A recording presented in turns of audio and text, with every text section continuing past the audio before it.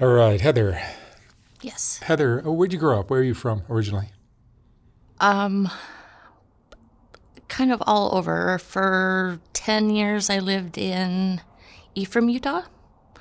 And then from there, I went to Washington, Oregon, and Alaska. Hmm. Yeah. So, Tell me about your family growing up. huh? Tell me about your family growing up. Um, my mom had me when she was like really young. And so my grandma basically raised me How old was up your to, mom? she was 17. 17. Yeah. Yeah. She was murdered when I was 17. Oh, I'm sorry. And your father? I don't know him. You don't know him. No, my stepdad was my stepdad since I was 6, and he lives in Mexico. How would you describe your childhood in general?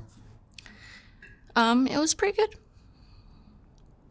No rough spots? Maybe a few. Everyone's childhood has some of those. Yeah. You like alcohol? Yeah. When did that start for you? When I was like 14. So, And you took to it quickly? yeah. I sure did. How did it affect your school? Oh, it didn't. I'm a very functional alcoholic. So, I graduated high school, got 3 degrees Oh, really? as a single mom. Yep. What kind of work have you done or did you want to do? I've done a lot of different things. Mostly construction, actually. I'm a drafter by trade, so I've done a lot of drafting, and then I worked for JetBlue Airlines and Delta Airlines. I owned an insurance company, so I've kind of been all over. You've been married?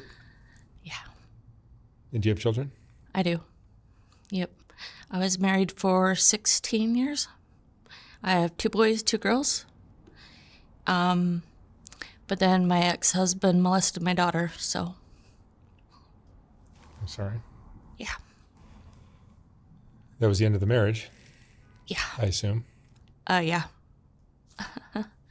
Very much so. Yeah. So, And your drinking has been constant throughout your life, or there have been times where you stopped? oh, there's been times I stopped. Yeah, I hated, well, I was living with my aunt, and she's Mormon, and she was like shoving it down my throat. And so I got in my car and just took off. She was giving you a hard time for drinking? Yeah, Or just the Mormon religion? both. Both. Yep. So I decided just to get away and leave. So I did. And I drove 700 miles. And here I am in California. How long have you been here? I think 3 or 4 days. Oh, you're brand new. Yeah. Your kids are grown? They are. And you raised them? Mm-hmm. Right. Yeah, I do have, my baby is 15, but he's with my aunt. So, but the rest of them are 30, 26, 21. And the reason you're not with a 15-year-old is because of the alcohol?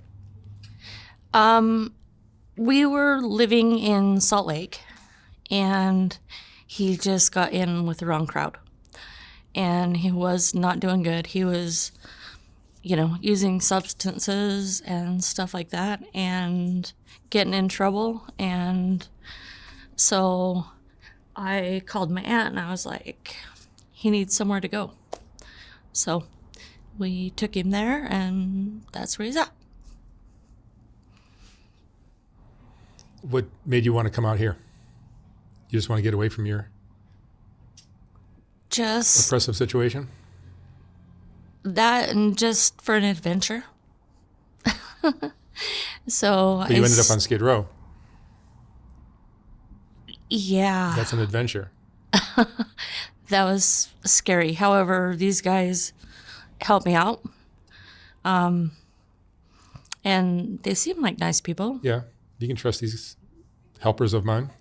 But Yeah. now look out down there because there's a lot of snakes. Yeah, no, I've got to start heading back to Utah. I told my aunt I would, even though I didn't want to. Tell me about the drinking. How much do you drink? Maybe a pint a day. So I just get to the point where I'm like shaky. And so then I've got to get just a little bit in to stop the shakes. Do you think that's something you inherited maybe from one of your parents? Oh, I'm sure. Yeah. Yeah. Yeah. My mom was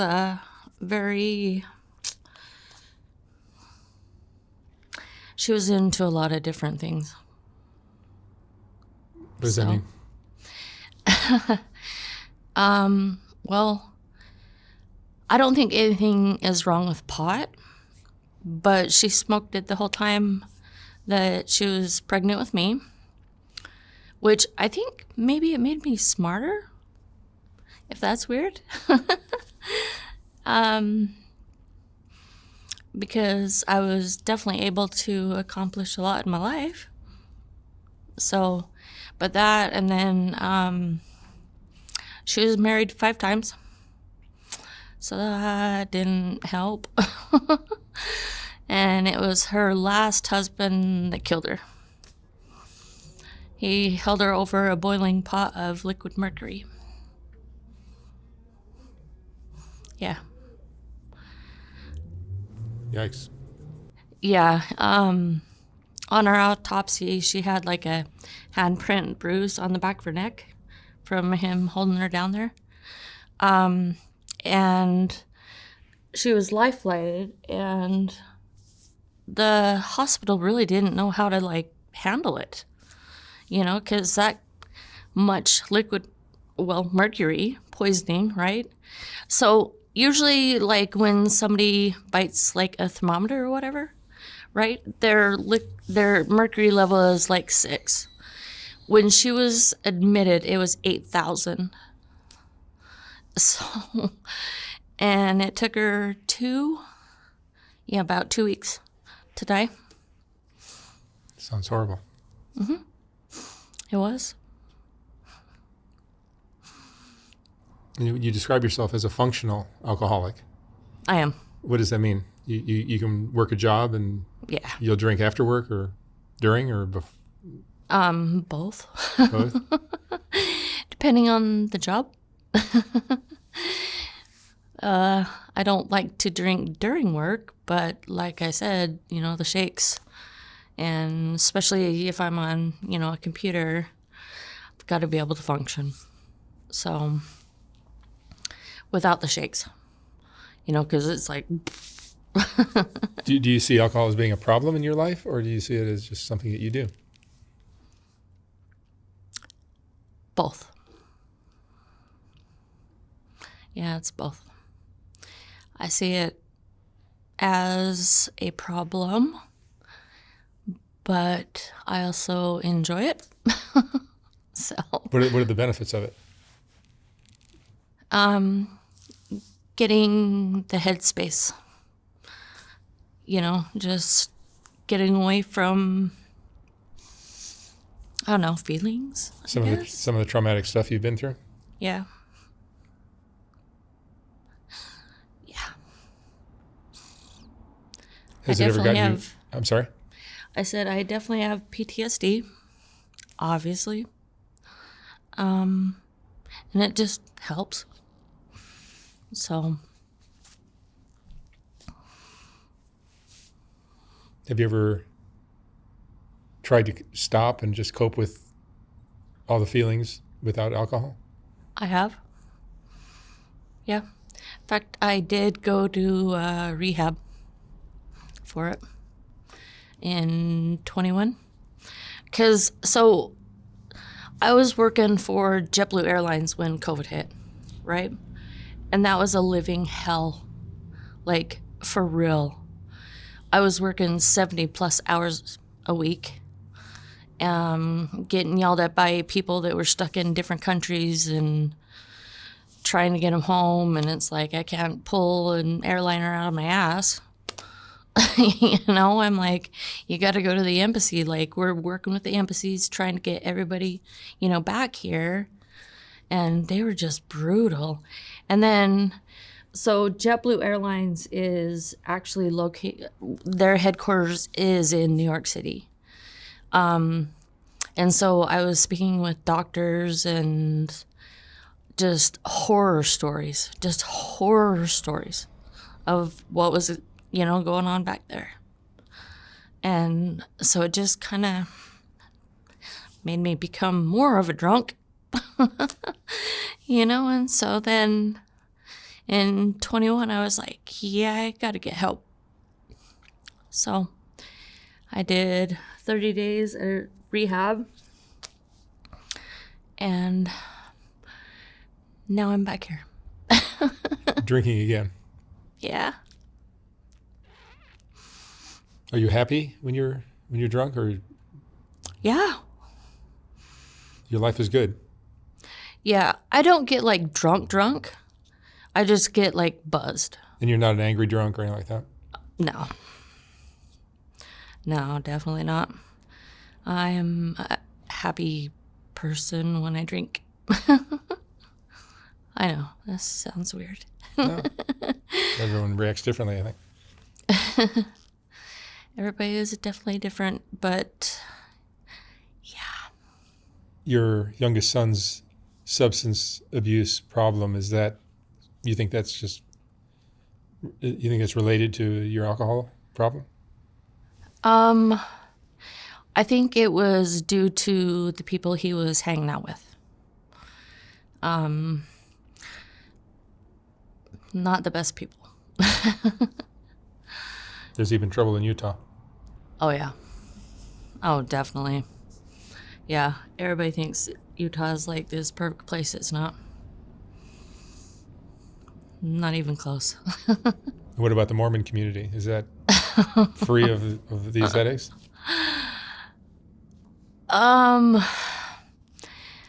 So here's my take on the Mormons. They have really great qualities and principles and stuff like that, but I just don't believe in organized religion. I do a lot of grounding work. In fact, I went to Burning Man last year. That was awesome. Other than the rain. But I also, the other thing that me and my aunt collide with is that I live a different lifestyle.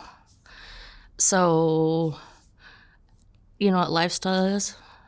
I think I do. I'm afraid now. Sex positive. Meaning you like multiple partners? Yeah. Yeah. I've heard of that. Yeah. Like, I don't know, this is embarrassing because I don't even know you, but... No, but I've trust me, I've talked to people who are into lifestyles much more extreme than yours. Whatever you can come up with, I can top you. Like orgies and just, yeah. There's plenty of people here in LA that do that on a weekly basis. Yeah. Where at? Just kidding. I can set you up with some people. Maybe LA's a better town for you, better fit for you than Utah. I know, but I promised my aunt that I would go back. And she bought me a motel room for like a month. So I'm kind of obligated, even though I don't want to go back there. Sometimes you got to take charge of your own life. That's true. If you do things for others, you're going to end up miserable yourself. And that's where I think this kind of all lies. It's like I've done everything for everybody but myself. You know? Don't be a victim. Huh? Don't be a victim.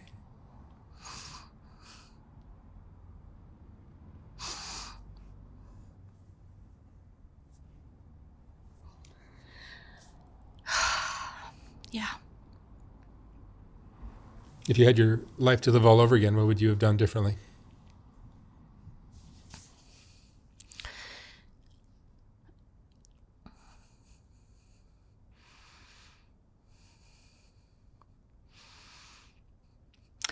I don't know that I would have changed anything, honestly. No regrets? Not really. Good for you. I've had a pretty good life, actually. And when things go bad, just- they're a great lesson. Definitely a lesson. How old are you now? 47. 47. Is there anything you're afraid of? No, Nothing you worry about? no. You're just free and easy. Yeah. My family is kind of, well, my stepdad, my brother, and myself, we're just kind of vagabonds, you know. I've moved 40 times. My brother just bought a sailboat. His wife just retired from the Coast Guard. And so now they're just going to hit the seas and sell the world. Sounds fun. I'm jealous. I wish I could do something like that. You can. You don't have a guy in your life that's holding you down? Yeah, Your no. kids are almost grown? Yep, they're 2 of them married. One is getting married. So, What are you proudest of in your life? my kids. You should see my kids. They're gorgeous. I believe it. My oldest daughter, Trinity, is like, I can't even take her in public because guys are like, you know, she's, yeah, pretty gorgeous. So are my other kids. What would you say is the most important thing you've learned in your life? Not to trust. God, I hear that so often. So many people Yep, say that. don't trust.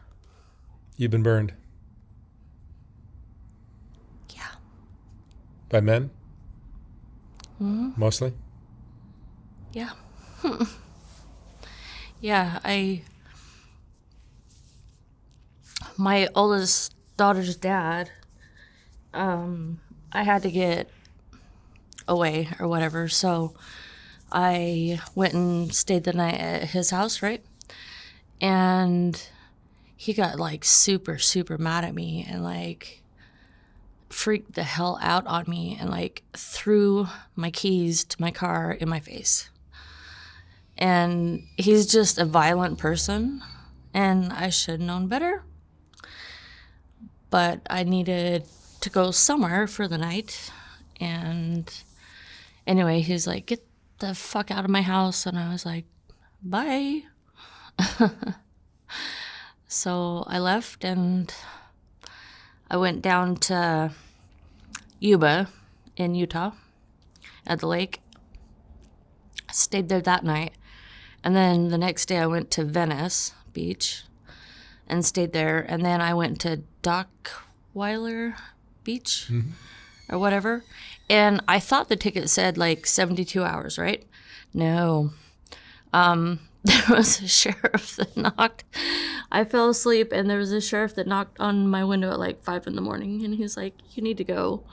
I'm like, "Okay, bye." So then I started kind of feeling sick because I think I swallowed a lot of like ocean water. And so anyway, then I got a motel in Hawthorne. And then that's where I met, was it these? No, I pulled off somewhere down like a residential area or something like that. And that's where I met these guys. You ended up on Skid Row, which is like the worst part of LA for sure. Well, I'm glad I'm still alive. Yeah. You survived the night. Yeah, that was pretty scary. So, and then I stayed, God, what's his name? It's Tony and something else. Corey. Groove. Okay, yeah. So, Corey's the older one? Yes. Okay. Anyway, he let me stay at his place last night. So, He's so nice. yeah. He's very kind that way. He's very, very, very nice, yeah. So they saved me from not dying, which is good. And they got you here. They brought you here. Me too. Well, Heather, I will help you with wherever you're going, whatever you do today. And thank you for coming in. Yeah, I appreciate it. I wish you lots of luck. Thanks. You'd fit into LA if you stayed. I know, I guess if I sent her the money back that she gave me for gas, maybe she wouldn't be so pissed. I don't know. Take charge of your own life. All right, darling. Thank you.